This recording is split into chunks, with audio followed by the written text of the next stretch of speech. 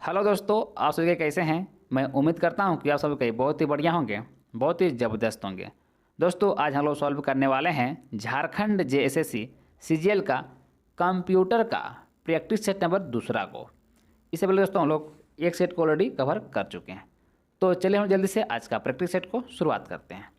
देखिए, आज का जो पहला प्रश्न है वो आपके स्क्रीन पे आ चुका है। प्रश्न क्या है, बैकअप क्या है। आपको बताना है बैकअप क्या है। तो याद दोस्तों, जो बैकअप होता है वो डाटा बचाने के लिए इसे मूल स्रोतों से कॉपी करके दूसरी जगह पे रखना। ऑप्शन नंबर जो है बी वाला इस क्वेश्चन का राइट आंसर हो जाएगा। हम लोग आते हैं अगला प्रश्न पे, और अगला प्रश्न है FTP का पूरा नाम बताइए। आपको बताना है FTP का फुल फॉर्म। FTP का फुल फॉर्म क्या होता है।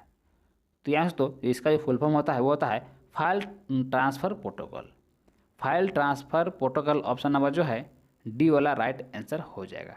दोस्तों, कंप्यूटर से रिलेटेड जितना भी फुल फॉर्म होता है सारा का आपको याद करना है।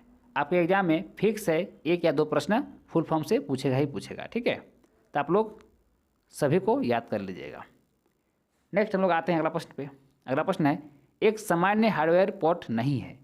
एक सामान्य हार्डवेयर पोर्ट नहीं है, तो इसका राइट आंसर तो TCPO पोर्ट ऑप्शन नंबर जो है डी वाला राइट आंसर हो जाएगा। नेक्स्ट हम लोग आते हैं अगला प्रश्न पे, और अगला है निम्नलिखित में कौन सा BIOS का सही पूर्ण रूप है। यानी BIOS का आपको फुल फॉर्म बताना है।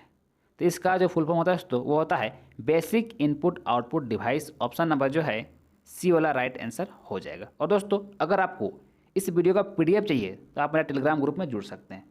इस वीडियो के नीचे हम डिस्क्रिप्शन में टेलीग्राम का लिंक जो है दोस्तों डाल दिए हैं। नहीं तो आपको टेलीग्राम जाकर सर्च करना है सुधीर क्रिएटिव क्लासेस, जो इस चैनल का नाम है उसी नाम से हम आप लोग के लिए टेलीग्राम ग्रुप बना दिए हैं ताकि आप लोग को PDF मिल सके, ठीक है। तो आप लोग को जुड़ जाना है।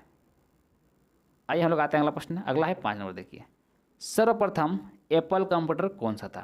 आपको बताना है सर्वप्रथम एप्पल कंप्यूटर कौन सा था। तो इसका जो राइट आंसर तो वो होगा एप्पल 1 यानी पहला। एप्पल पहला ऑप्शन नंबर जो है ये वाला राइट आंसर हो जाएगा। नेक्स्ट आते हैं अगला प्रश्न। अगला है निम्नलिखित में से कौन सा एक इनपुट यंत्र है। आपको बताना है निम्नलिखित में से कौन सा एक इनपुट यंत्र है। तो यहाँ तो जो जॉयस्टिक होता है वह एक इनपुट डिवाइस होता है। ऑप्शन नंबर जो है इसका पहला वाला राइट आंसर हो जाएगा। नेक्स्ट हम लोग आते हैं अगला प्रश्न पे, और अगला है 7 नंबर। देखिए, 7 नंबर प्रश्न है निम्नलिखित में से कौन सा सबसे तेज है। यहाँ जो भी ऑप्शन दिया हुआ है उसमें से बताना है कि इसमें से कौन सबसे तेज है। तो जो कैश मेमोरी होता है वो सबसे तेज होता है। ऑप्शन नंबर जो है सी वाला इस क्वेश्चन का राइट आंसर हो जाएगा। दोस्तों, आप लोग के क्वेश्चंस में जो भी 4 ऑप्शन दिया रहता है उसके अकॉर्डिंग आप लोग को आंसर देना होता है, ठीक है। तो आप लोग को 4 ऑप्शन को एक बार ध्यान से देखना है, फिर आप लोग को आंसर देना है। अगला देखिए, लिनक्स पर आधारित ऑपरेटिंग सिस्टम है। तो बताना है लिनक्स पर आधारित कौन सा ऑपरेटिंग सिस्टम है। जो भी हमारे 4 ऑप्शन दिया है उसमें से बताना है।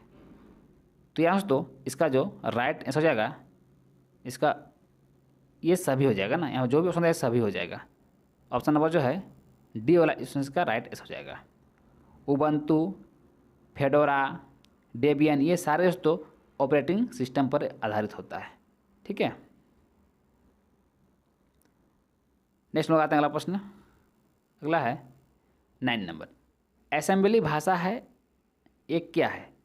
तो दोस्तों जो असेंबली भाषा है वो एक मशीन डिपेंडेंट भाषा है। मशीन डिपेंडेंट भाषा है। ऑप्शन नंबर जो है बी वाला आंसर हो जाएगा, मशीन डिपेंडेंट भाषा। नेक्स्ट लोग आते हैं अगला प्रश्न पे, और अगला है 10 नंबर। देखिए, निम्नलिखित में से 1 किलोबाइट का सही मूल्य क्या है। 1 किलोबाइट यानी 1 KB इक्वल टू कितना बाइट्स होता है, ठीक है। बताना है 1 KB इक्वल टू कितना बाइट्स होता है। तो आप लोग सभी को याद करें तो 124 बाइट्स होता है। 124 ऑप्शन नंबर जो है बी वाला इस क्वेश्चन का राइट आंसर हो जाएगा। दोस्तों, आप सभी को वीडियो कैसा लग रहा है आप लोग ज़रूर कमेंट कीजिएगा, ठीक है। आप लोग का कमेंट देख कर हम वीडियो बनाते हैं। और दोस्तों, अगर वीडियो आप लोग को पसंद आता होगा तो वीडियो को लाइक भी ज़रूर कीजिएगा।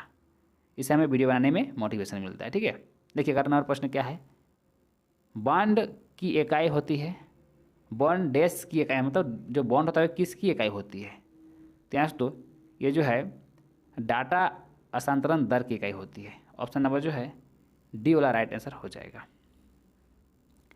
नेक्स्ट अगला प्रश्न, अगला है 12 नंबर। भारत में इनमें से कौन एक इंटरनेट सेवा प्रदान नहीं है, प्रदाता नहीं है। ठीक है, इनमें से कौन एक इंटरनेट सेवा प्रदाता नहीं है। त्यास तो Tata consultancy services. Option number जो है बी वाला राइट आंसर हो जाएगा। नेक्स्ट हम लोग आते हैं अगला प्रश्न पे। अगला है 13वां प्रश्न। देखिए 13वां प्रश्न है, निम्नलिखित में से कौन सा कार्य इंटरनेट बैंकिंग के माध्यम से नहीं किया जा सकता है।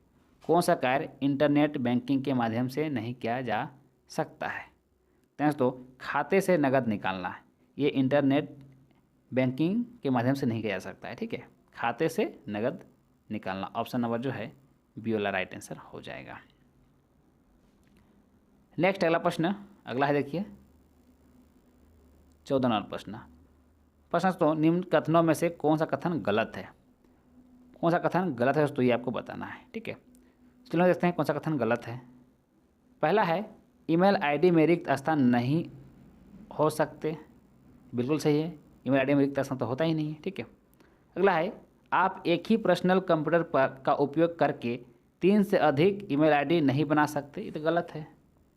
बहुत सारे ईमेल आईडी बना सकते हैं आप। ठीक है, एक ही कंप्यूटर में। तो यहाँ पर क्या गलत कथन चुनने बोला था, तो गलत तो बी वाला हो गया। तो ऑप्शन नंबर जो है बी ही इस क्वेश्चन का राइट आंसर हो जाएगा। Option number B. ठीक है, नेक्स्ट अगला प्रश्न, तत्कालिक संदेश प्रेषण डैश का उदाहरण है। उदाहरण है तत्कालीन संदेश प्रेषण किसका उदाहरण है। तो हैक आउट का उदाहरण है। ऑप्शन नंबर जो है ये राइट आंसर होगा। नेक्स्ट अगला प्रश्न, अगला है माइक्रोसॉफ्ट विंडोज़ में नोटपैड का उपयोग किस लिए किया जाता है। माइक्रोसॉफ्ट विंडोज़ में नोटपैड का उपयोग किस लिए किया जाता है। तो केवल टेक्स्ट डॉक्यूमेंट बनाने के लिए, केवल टेक्स्ट डॉक्यूमेंट बनाने के लिए। ऑप्शन नंबर जो है डी वाला राइट आंसर हो जाएगा। नेक्स्ट लोग आते हैं अगला प्रश्न, अगला है वर्ड में डिफ़ॉल्ट जूम का स्तर कितने पर सेट रहता है। बताना है वर्ड में डिफ़ॉल्ट जूम का स्तर कितने पर सेट रहता है। तो 100%। ऑप्शन नंबर जो है सी वाला राइट आंसर हो जाएगा। नेक्स्ट लोग आते हैं अगला प्रश्न, अगला है 18 नंबर। देखिए 18 नंबर प्रश्न है सीसी क्या है। आपको बताना है सीसी क्या है। जो सीसी है वो एक से अधिक व्यक्ति को ईमेल की कॉपी भेजना है। ऑप्शन नंबर जो है डी वाला राइट आंसर हो जाएगा, एक से अधिक व्यक्ति को ईमेल की कॉपी भेजना। नेक्स्ट लोग आते हैं अगला प्रश्न, अगला है ईमेल सेवा के संबंध में पीओपी का अर्थ है, यानी पॉप का ही फुल फॉर्म पूछा जा रहा है। पीओपी इसका फुल फॉर्म क्या होता है। ठीक है, तो आपके पास तो इसका जो फुल फॉर्म होता है post office protocol. Post office protocol option number जो देखिए सी में दिया हुआ है, पोस्ट ऑफिस प्रोटोकॉल। और दोस्तों आज का आखिरी प्रश्न 20 नंबर, एमएस वर्ड में CTRL प्लस के का उपयोग किया जाता है, किस लिए किया जाता है। ठीक है, तो ये जो हाइपरलिंक इंसर्ट करने के लिए, हाइपरलिंक इंसर्ट करने के लिए ऑप्शन नंबर जो है ये वाला इस क्वेश्चन का राइट आंसर हो जाएगा।